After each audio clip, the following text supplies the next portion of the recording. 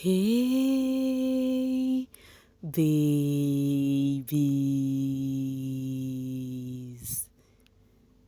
What's up, my darling MVPs, and how you all doing? Welcome back to Sail with Mimiciously Mimi, where you get the gist. I see they do it, scene. I see they hurt. Of course, you know there is no sleeping on a bicycle on this channel. If you snooze, you do well. You lose. Are you yet to subscribe to this channel? Or are you still sitting on a fat, long thing? Kindly pause right there, subscribe, and make sure you turn on the notification bell. If not, tell me, how do you want to get the gist brewing from the cooking pot? Like, how do you want to get the gist?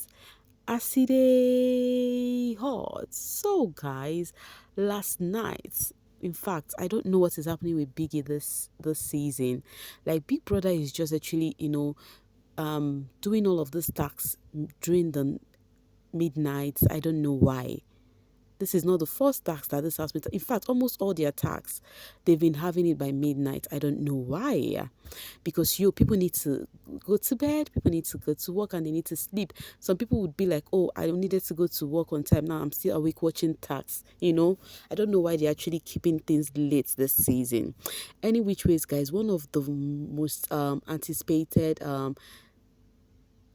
tax for each season has finally happened, the Super Commando tax, and it happened so early this season because Super Commando tax it's always during the last weeks of the season, not like last week, but not this early. But guys, it happened and it was so interesting.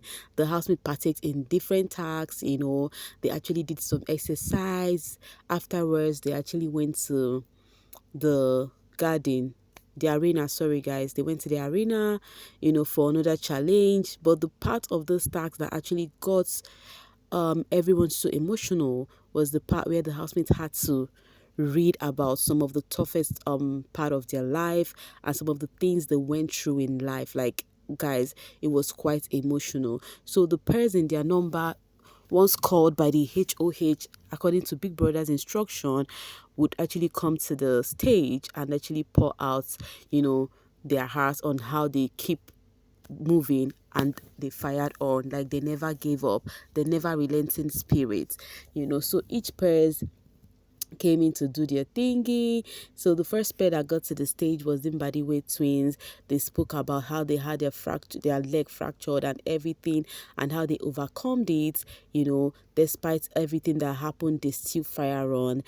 For the second pair that went for for the speech was Wani and Handy.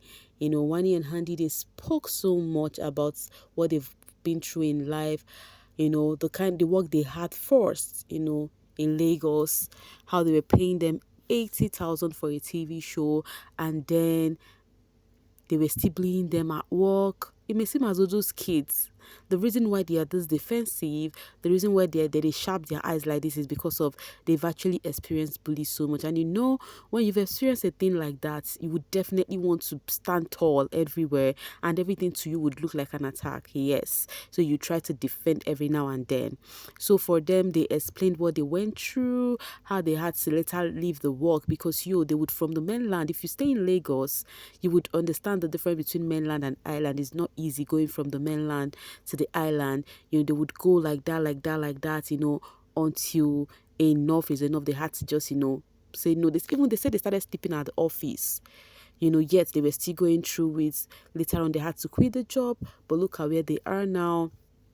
They are actually the ones that are, working with various brands, because guys, most of the brand that is sponsoring this season, this this pair, that is Wani and Handy, has actually worked for those brands. Yes, they even mentioned them. They mentioned Guinness, they mentioned they mentioned like 4 brands that is actually sponsored among the sponsored brand this season that they have worked with. And now they charge by hours, like per hour. If they want to work for you, they charge per hour. Like, it was so inspirational. The kids had actually gone through it, and now it is their turn to be happy. So that's why right now they are enjoying their lives to its fullest. They keep on doing what they fire on. So for Onyeka and the sister, oh, Onyeka was already shedding tears. Like, she was really crying already when Wani and Handy was talking. She spoke about her experience, how she experienced fake friends, how they even tried to poison her.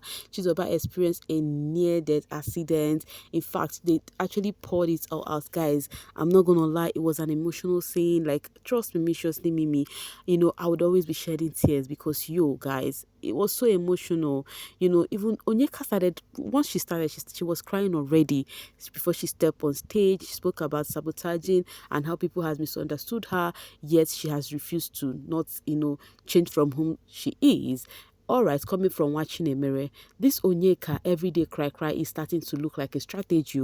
Truth be told, people said because of Big Brother gave advice about you can cry your way through the good, or you can do whatever through the good. That's why Onyeka is crying. But forget, so people cry effortlessly, and I can attest to that because I am that kind of person. I don't change channel again. Onyeka won't make me cry, never. The thing is, if me would be watching this husband and I'm shedding tears, don't you think if I was in the house, you would think maybe I'm doing that for strategy? That is just the thing. So, guys, for Chinwe's own was quite emotional too. She spoke about how she had an easy life as a king. Dad and mom are well to do. She's living cool. She's Gucci. When I say Gucci, she's doing good. Whenever you hear me say I am Gucci or hope you're Gucci, just to hope you're doing good. That person is doing good. So Chinwe actually spoke about how she lost her mom through cancer and how everything happened, how she stayed with the mom. She was still in uni.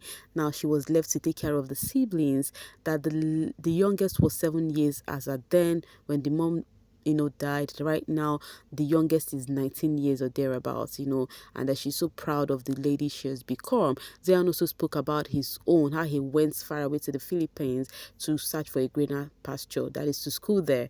Yes. All right, coming from Shaundi triplets, Biggie should tell Chinwe to see this one out though, make him no go our first ever BBN child. Anyways, she actually did participated on those challenges, just that their pair did not make it to other rounds. Yes, their pair did not make it to other rounds. They only participated on the first round, which she also did well. Yeah.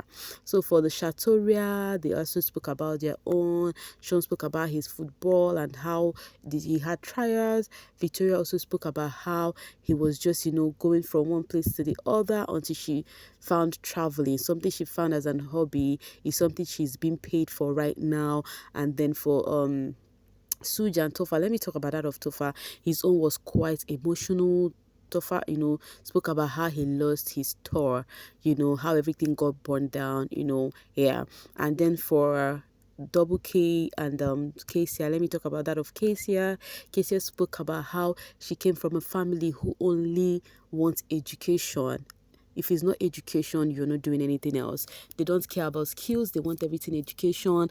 That to the extent she had passion for skills. But no, the family do not want that. To the extent they had to put her indoors. They locked her in. So as for her not to go out or start learning any skills. But she said when she was indoors, she started, discovering some skills for herself. That was how it happened until she got admission to the university. And then when she came out from uni again, the parents also want her to, get a corporate job, and that is not her thing. She needed to be a boss of her own. She doesn't want to work for anybody. That was how she left home to Lagos for greener pasture, and guess what? Look at where she is today. She's in a better place. Kelly also did say his own too, and then Beta Pair, they also spoke about theirs and how they went through life. Ben also spoke about how he used to be a giver. They know him as somebody who do give away on the social space, that especially Instagram, that he was known there, and how life took a U-turn on him. And then what's it called? The Radicals spoke about their life. Femi spoke about how it's been for him trying dance competition for how many years and was not winning. He chose not to give up, and later on, he won. he tried that for like 7 times, if I'm not mistaken, or thereabouts, whether the fourth or fifth times, and then he won. He never gave up. He continued to fire on. And he also sent a shout out to his mom. He said his mom, that he has not seen his mom since December, that he would also try to see the mom once he gets out of here, And then for, what's his name, Mickey also spoke about being obese.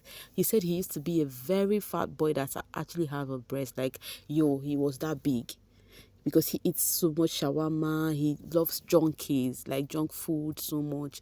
But at the point, he worked on himself to be this Mickey you're seeing today. Who would believe this muscular guy was once obese? Then the Nelita were the last pair to make it on stage because they were the ones calling the housemates in their pairs. So for the Nelita, Nelly spilled on how she went through life, left about to Lagos to hustle. It wasn't easy. How she rented a very small room. She had no mattress. She was having mats until a guy who liked her came up and bought a bed for her. Because of that bed, the guy always wants to utilize the opportunity to come to her house every now and then. And she had to tell the boy that, please, if this bed is the reason why you cannot even give me my privacy, every now and then you are barging in on me to my house, just better leave it. Better take your bed. She said before she know it, around 12 a.m., 3 hefty guys came. They came to take the bed, and the bed frame. So for Anita's own was quite emotional because she has so much interest in modeling and whatnot, but family do not really care. When you have your passion, but family do not really even care what those ones are, So then there was this modeling, what's it called, pageant stuff that she went for. She never knew they were fake. She went there. The moment she stepped upstairs, it was a hotel. The moment she entered the door, that was how her life changed. She really got teary, like she got so emotional. She was even already discussing this with Tofa before they went to the arena. So that was how they took her valuables and whatnot. But because of that, she said she could not even forgive herself for 10 days for actually making such move. But later on, she did not still give up. She still also auditioned, and then she won Most Beautiful Girl in Nigeria. You get it? So actually it means fire on, never give up. Like, all of their stories was quite inspirational. You see people, you don't know what they've been through. You think life has just been all rosy for them. You see this life, there is no one who have everything just all rosy. Some people might actually go through a lot more than others, but everyone actually went through something. That is just one thing about life. Anyways, guys, after all said and done, after all the stages, the Shatoria pair won the toughest duo of the season. Oh my God, these are your super commando agents of the season, Victoria and Sean. I don't know how my spirit works here. You know what? When they started this game, I had a feeling that Shatoria would win this. I don't know why this always happened. Like, see, my spirit is so strong. Like, I knew I had this feeling that Shatoria would win this, and see, they won. For the very first time, this is me seeing Sean being proud of, his partner, because even there was this first one that they had to take this, is it something that looked like a spanner to screw through whatever.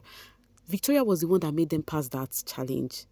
Sean was still down. Victoria was the one that made them pass that challenge, that make them win. So that's why it's not good to underestimate anybody. You need to see when they won the last round. It was between them and the Radicals. When they won the last round, you need to see how Victoria hops on Sean. Sean held her like you. You needed to see the joy on Sean's face. Ever since they came into this house, I've not seen this guy Sean this happy with Victoria before. This is my very first time to see this happen. You see, in this life, never underestimate anyone. I'm very sure Sean would never even think of them winning this. Because according to him, maybe he has a weak pair. But see, okay, that's just life for you. Meanwhile, Chinwe handler posted this and said, Chinwe's baby siblings, mommy, they are all doing very fine. Chinwe took proper care of every single one of them.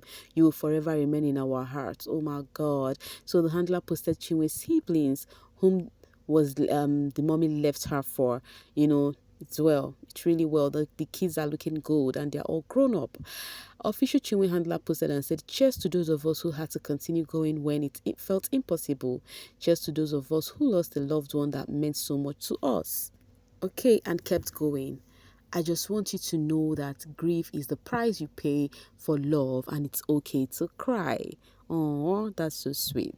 And people have been sending so much love to Chinwe on the social space ever since she actually spilled about her story. Akoni of Lagos says, someone said everyone has a story except Kidwire. Another person said Kidwire said he didn't suffer at all, that his dad invited 14 governors to his naming ceremony. I don't laugh, Taya. Kidwire in our case. The only thing I did not enjoy about this particular set, Super Commando, is their matching and whatever. Those their exercise, they did not do it just like the All Stars housemate did theirs. But any which ways, congratulations to the top first duo of the season. Any which ways, guys, I'm gonna be dropping my voice right here and now to see you guys later. Thank you so much for always sailing with me. Bye for now, babies.